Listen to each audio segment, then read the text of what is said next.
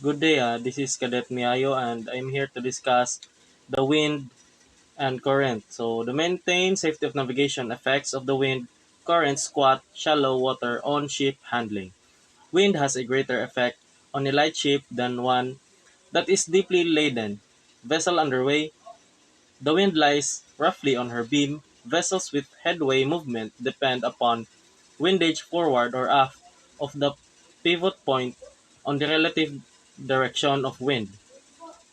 But under normal circumstances, vessels has, as shown in these animations, vessels with wind ahead, she is easily steered and stopped, pace off easily, difficult to bring back, tries to cross the wind to steer the ship into the wind's eye. Constant weather helm is required. Vessel with wind astern, difficult to stop, pace off easily, difficult to bring back, tries to cross the wind to help her steer the vessel downwind. Lee helm is required. Vessel with wind on the bow, constant weather helm needed, full speed needed to swing upwind, tries to cross the wind. Vessels with wind on the beam, wind directly on the beam causes maximum leeway. Vessel with wind on the quarter, quarter blows downwind, bow tacks up, vessel tries to cross the wind, lee helm is required. Vessel underway, sternway. She will stern bore, that is the vessel's stern, will go into the wind's eye. Drift is the magnitude of the current, typically measured in knots. Leeway refers to the amount of sidewards translation of a vessel drifting off or away from the intended course of travel. Effect of wind. Take a look at the vessel as she is navigating on her course. If there are no external forces acting on the vessel, she will be on track as per the plan. Now, imagine if she encounters strong currents. Do you notice her course? The effect of the current has drifted her from the planned course. The current is always named by the direction it is being pushed, that is, if the current is moving easterly, the set is named east. Similarly, if she should encounter strong wind during her passage, she will again be drifted away from her course. The wind is named by the direction from where it is acting, that is the wind. If the wind is blowing from the west, the leeway is named west. Remember this quick reminder. Current from, wind to.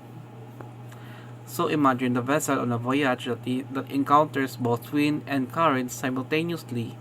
The resultant of both these forces displaces the vessel from a track as it's seen here. The vessel moves according to the stronger force in play. So in this case, the current is stronger, which has to be corrected accordingly. In this example, the ship's course and speed is given current set and drift is given, and you are required to find the course made good from point A. Draw the ship's course 055 degrees and mark 12 nautical miles on this course. The vessel is supposed to be here if there were no other forces, but during this 1 hour current was setting at 145 degrees by 2 knots. So from point B, draw another line 145 degrees and mark 2 nautical miles in the same direction of set. Mark this point C. This is where the ship will be after 1 hour. Measure the line A and C, which is the actual course made good and speed made good by the ship for that 1 hour of streaming. In the previous example, if the leeway, or in other words, effective wind was 2 degrees west, for the same time you are required to find the course and speed made good. If the leeway is 2 degrees west, then it means the wind is blowing in a westerly direction. Remember the thumb rule, current from wind. Now imagine a constant 2 degrees west wind acting on the course line A and C. This will offset the ship towards west of their present course. So move the line A and C by 2 degrees west. Now the line A and C meets the line B and C at a new position E. So by the end of the hour, the vessel will be effectively in position. Measure the line A and E, which will be the actual course made good and speed made good resultant of the current and the wind for the time period. The squat effect is the hydrodynamic phenomenon by which a vessel moving through shallow water creates an area of reduced pressure that causes the ship to increase its draft and thereby be closer to the seabed than would otherwise be expected. Squat is a phenomenon that occurs when a ship moves through shallow water at high speeds. As the ship moves forward, water is pushed downward, creating a depression beneath the hull.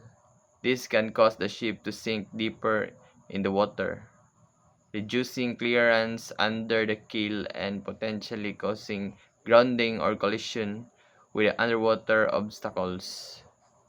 To mitigate the effects of squat, ship captains may reduce speed when navigating through shallow areas or areas with known obstructions. They may also consult navigational charts to identify areas of concern and plan their route accordingly. As the ship moves through the water, it generates a high pressure region around the bow and stern of the ship and a low pressure area around the midship area. As explained in Bernoulli's theorem, the water displaced by the ship at the bow flows around under the hull towards the stern and creates a venturi effect under the hull, resulting in negative pressure in the midship region. While moving in deep seas, these pressure regions are insignificant, but the moment she approaches shallow water, this results in the depression in the waterline at the midship and reduces the underkeel clearance.